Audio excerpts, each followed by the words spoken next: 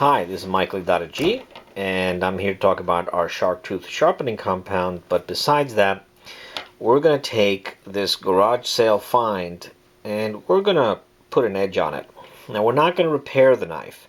If you look at the knife, you could probably see that it's got little dips over here, and the edge is not really in great shape.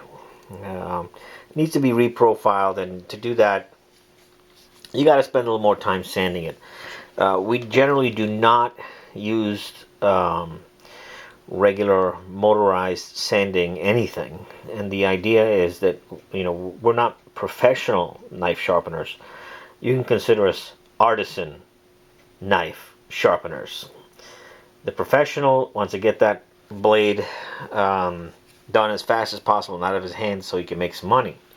The artisan loves the idea that the knife is ridiculously sharp, and that's what we're really striving for. So we'll take a piece of paper and we'll see. I mean, I hit this once with a strop, but it's really not that great. So let's see how we're doing. It's actually pretty good. So you see how it is now. Now, this is a nasty knife. Not perfect. So what we're going to do is put this aside.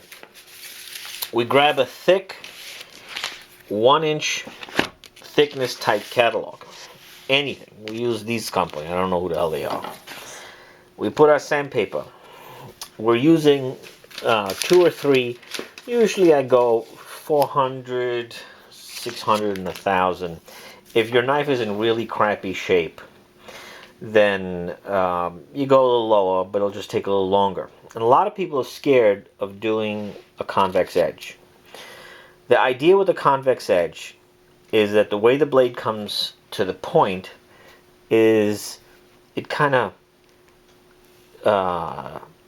it has more meat on the side. Usually a lot of people sharpen, they use stones, and the stone thing gives you a very sharp angle. However, that angle has no strength, and that angle is also, I consider it, angry, because when you're using stones, you got to use a better stone, and then you got to spend more money. I mean, we're talking about less than $30.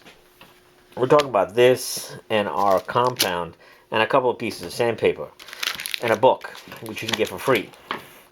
So now, how do you do the angles? Well, when you're doing a convex, there's 2 things you have to look at. First, a couple of things. Number one, how thick is your blade? And how does that blade thickness work in relation to the edge? So if it's too thick here, like in a knife like this is a outdoors knife. It's almost a 1/4 inch out here. And then what happens is that from this point here, it tapers down, but you still have a lot of beef, like right at the edge. I can get this very sharp. However, because the apex has a lot of beef on the side, because this is wide, it's not going to be as sharp as that. It's just not, because this is a thinner knife. So that's very important consideration. For argument's sake, we'll worry about that later. This is 90 degrees. If you hold this knife at 90 degrees and you go halfway, you're at 45. You go half of that, you're at 22. There you go. There's your angle. All you have to do now is maintain this angle and just go back and forth. That's it.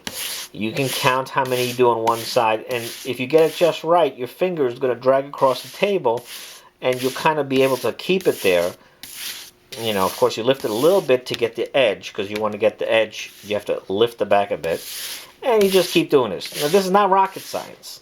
But a lot of people don't do this because they got these misconceptions that they're scared to death that they're going to ruin their knife. Okay, so get a piece of crap knife. Go to an estate sale and buy a knife that rusts, because then you know it's a 1095 or something. And we're going to do the same thing. 90 degrees, 45, 22. And just go back and forth. Now, you want to maybe hold it this way, but you're just doing the same thing.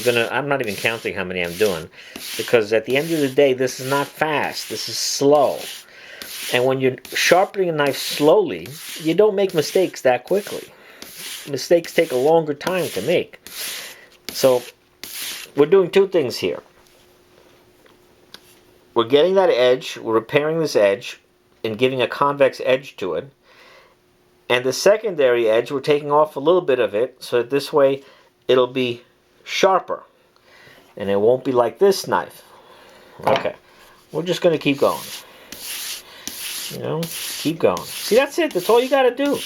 This is $1.50 for the sandpaper. $1.50. And if you have a worn out sandpaper, that's good too. Nothing's wrong with it, because the worn out sandpaper will kind of give you a better finish at the end.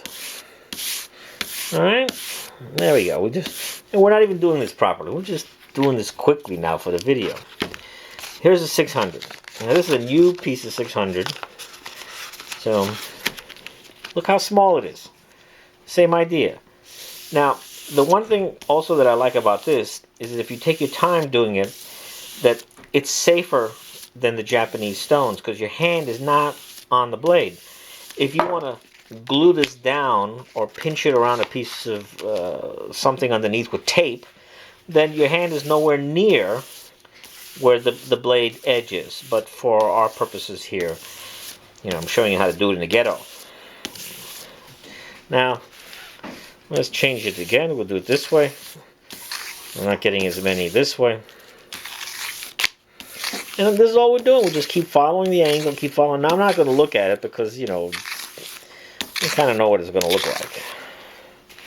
And you look at it. All right, so let's look at it. We look at it from time to time, and you can see the sandpaper is touching here a bit. Not touching here because this is a different grind on that side and this side. This is more convex, and this one seems like it's got an angle here. So we just keep on going. Keep on going. That's it. This is a 600 grit sandpaper. Also with the stones, these guys get too worked up on, you know, do I use 6,000 grit? Do I use 8,000 grit? Do I use 10,000 grit? It's all about making money. You got to remember, the guy who's selling the stones is really happy that you're fighting over the damn stones. The guy who's doing the stones hates the fact that I'm using sandpaper. And now look, we're going to just hit it with the strop. That's it. Now, sometimes I hit the strop aggressively because I'm taking down that secondary bevel with it at the same time. So as I'm stropping the edge, but when I strop it, I hold the knife in one hand and the strop in the other hand.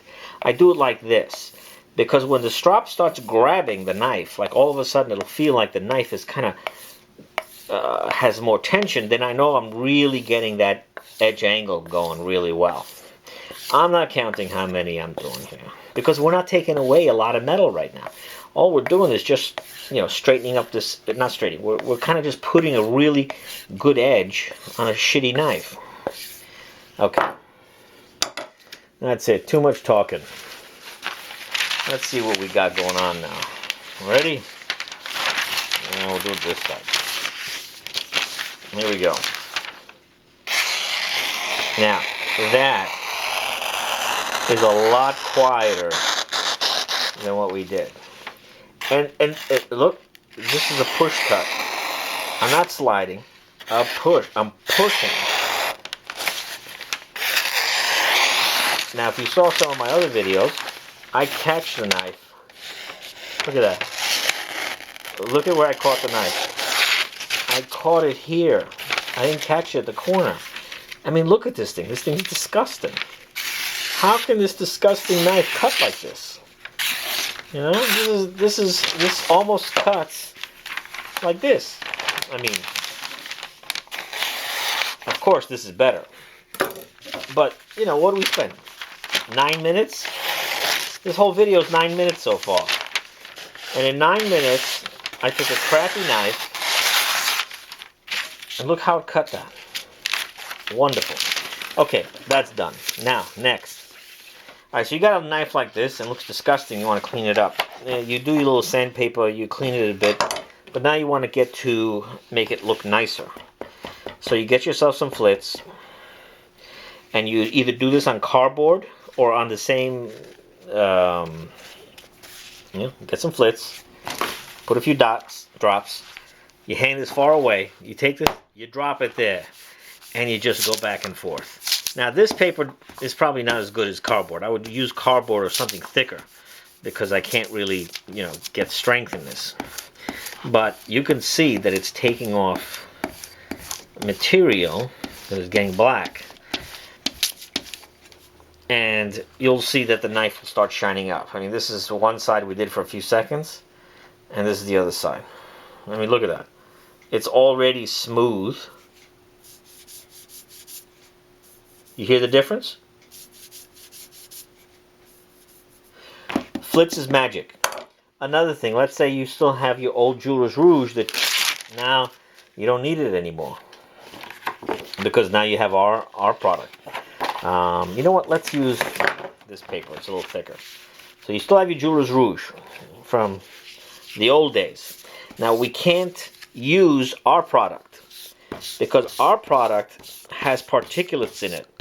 And what the particulates will do is that they're going to give you scratches on your blade. Micro scratches. Okay, so you could do the same thing with this. This actually has a little bit more rigidity, but I'd use cardboard. I'm just not going to go get the cardboard now because I'm not good at editing these videos. So if you just use the Jeweler's Rouge, it'll start polishing the knife. At this point, this knife probably needs more sandpaper, but we're talking about a garage sale find that was like 25 cents. And this thing, as it is right now, cuts better than Japanese knives that you could spend hundreds of dollars, or other knives that you can spend lots of money on. That's because we get a better edge with our shark tooth compound. We hope you enjoyed this video. We hope you tell people about us. And we hope that you buy lots of shark tooth compound and give it to all your friends. God bless. Be well.